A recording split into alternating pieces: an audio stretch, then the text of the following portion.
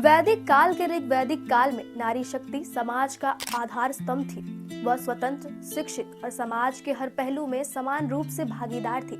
लेकिन उत्तर वैदिक काल आते आते ऐसा क्या हुआ कि महिलाएं धीरे धीरे अपने अधिकारों और सम्मान से वंचित करती। आखिर क्यों समाज ने उन्हें पुरुषों के अधीन मानना शुरू कर दिया?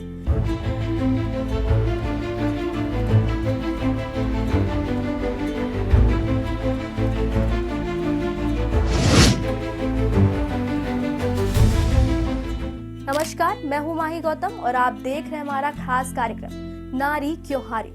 आज हम जानेंगे कि आखिर क्यों महिलाओं की स्थिति जो ऋग्वैदिक काल में इतने सम्मानित और प्रतिष्ठित थी, वह उत्तर वैदिक काल में बदलने लगी। क्या इसके पीछे केवल सामाजिक बदलाव था या फिर पितृसत्तात्मक सोच, धार्मिक कुरीतियां और राजनीतिक व्यवस्था का गहरा असर था? तो चलिए बिना किसी देरी के जानते हैं उन कारणों को कि आखिर महिलाओं के अधिकारों का हनन क्यों किया गया। महिलाओं की आजादी को हनन करने का सबसे पहला कारण था पितृसत्तात्मक समाज का उदय होना। उत्तर वैदिक काल में धीरे धीरे पितृसत्तात्मक सोच समाज और महिलाओं पर हावी होने लगी। समाज में पुरुषों को श्रेष्ठ और महिलाओं को उनके अधीनस्थ मानने का चलन बढ़ने लगा था। इससे यह सोच बनी कि महिलाएं केवल घर और परिवार तक सीमित रहें और घरों के काम में ही अपना योगदान दें। महिलाओं को कमजोर और आश्रित बनाने का कारण पुरुषों का वर्चस्व स्थापित करना था। महिलाओं को ऐसा माना गया कि वे केवल घरेलू कार्यों और संतान पालन के लिए बनी हैं। दूसरा कारण था धार्मिक दृष्टिकोण में बदलाव होना। ऋग्वैदिक काल में महिलाएं धार्मिक कार्यों में बराबरी से भाग लेती थीं, लेकिन उत्तर वैदिक काल में धार्मिक ग्रंथों की व्याख्या पितृसत्तात्मक नजरिए से की जाने लगी। महिलाओं को अशुद्ध मानते हुए यज्ञ और अन्य धार्मिक कार्यों से दूर रखा जाने लगा। उन्हें धर्म के बजाय परिवार और संतान की सेवा तक सीमित किया जाने लगा। तीसरा कारण था जाति व्यवस्था का प्रभाव बढ़ना।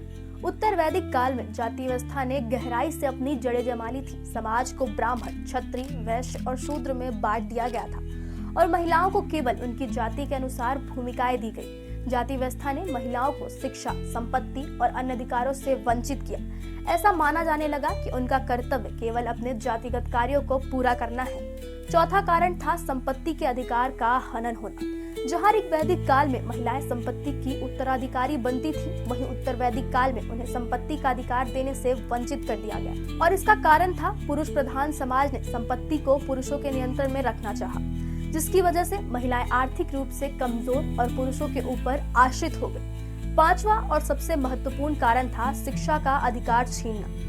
ऋग्वैदिक काल में महिलाएं वेदों और शास्त्रों का अध्ययन करती थी, लेकिन उत्तर वैदिक काल में उन्हें शिक्षा से वंचित कर दिया गया। महिलाओं को शिक्षित न कर रखने से उन्हें समाज में कमजोर बनाना आसान हो गया। ऐसा माना गया कि शिक्षा केवल पुरुषों के लिए है और महिलाओं का काम केवल घर संभालना है। छठवां कारण था विवाह और स्वतंत्रता। ऋग्वैदिक काल में जहां महिलाएं स्वयंवर के जरिए अपने जीवन साथी का चुनाव करती थीं, वहीं उत्तर वैदिक काल में बाल विवाह, सती प्रथा और दहेज प्रथा ने महिलाओं की स्वतंत्रता को खत्म कर दिया था। महिलाओं को नियंत्रित रखने के लिए बाल विवाह प्रथा को बढ़ावा दिया गया और स्वतंत्रता का अधिकार छीन लिया गया। उत्तर वैदिक काल में महिलाओं को पुरुषों की संपत्ति माना जाने लगा। उन्हें केवल संतान उत्पन्न करने और परिवार की सेवा करने के लिए महत्वपूर्ण समझा गया। समाज ने महिलाओं को स्वतंत्र सोच और उनके अधिकारों से वंचित करके उन्हें मात्र भोग और परिवार की सेवा तक सीमित कर दिया। समाज की पितृसत्तात्मक सोच, धार्मिक कुरीतियां और जातिगत भेदभाव ने उत्तर वैदिक काल में महिलाओं की स्थिति को कमजोर कर दिया गया। ऋग्वैदिक काल में वही स्त्री जो ज्ञान और शक्ति का प्रतीक थी, वो उत्तर वैदिक काल में धीरे धीरे समाज के बंधनों में जकड़ गई। फिलहाल के लिए इतना ही। आशा है कि निश्चित ही आपको हमारा यह वीडियो पसंद आया होगा। तो वीडियो को लाइक, कमेंट, शेयर और हमारे चैनल खबर समय जगत को तुरंत सब्सक्राइब कर लें। धन्यवाद।